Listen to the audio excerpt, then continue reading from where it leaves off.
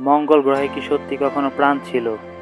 উত্তরটা এখনো হ্যাঁ নয়, কিন্তু বৈজ্ঞানিকরা এমন কিছু প্রমাণ পেয়েছে যা প্রশ্নটাকে আরো রহস্যময় করে তুলেছে।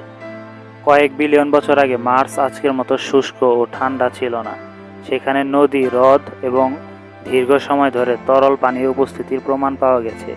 আর পানি জীবনের জন্য গুরুত্বপূর্ণ। তাই বিজ্ঞানীরা মার্সের প্রাচীন জলাশয়গুলোর আশেপাশে জীবনের চিহ্ন খুঁজছেন। শুধু পানি নয়, নাসা এর কিউরিওসিটি রোভার মার্সের পাথরে বিভিন্ন অর্গানিক মলিকিউল অর্থাৎ কার্বনযুক্ত অণু শনাক্ত করেছে। 2026 সালে একটি গবেষণায় একটি নমুনায় এখন পর্যন্ত মার্সে পাওয়া সবচেয়ে বৈচিত্র্যময় অর্গানিক মলিকিউল এর সংগ্রহ পাওয়া গেছে। কিন্তু এখানে গুরুত্বপূর্ণ ব্যাপারটা হলো, অর্গানিক মলিকিউল মানেই জীবন নয়। এগুলো জীবিত প্রাণী ছাড়াও ভূতাত্ত্বিক প্রক্রিয়ায় তৈরি হতে পারে। তাহলে মার্সে কি কখনো প্রাণ ছিল? বিজ্ঞানীদের কাছে এর নির্দিষ্ট কোনো উত্তর নেই।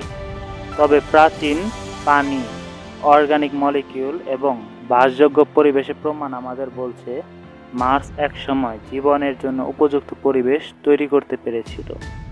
আর সেই প্রাচীন জীবনের কোনো চিহ্ন এখনো মার্সের পাথরের মধ্যে লুকিয়ে আছে কিনা, সেটাই বিজ্ঞানীদের সবচেয়ে বড় প্রশ্ন।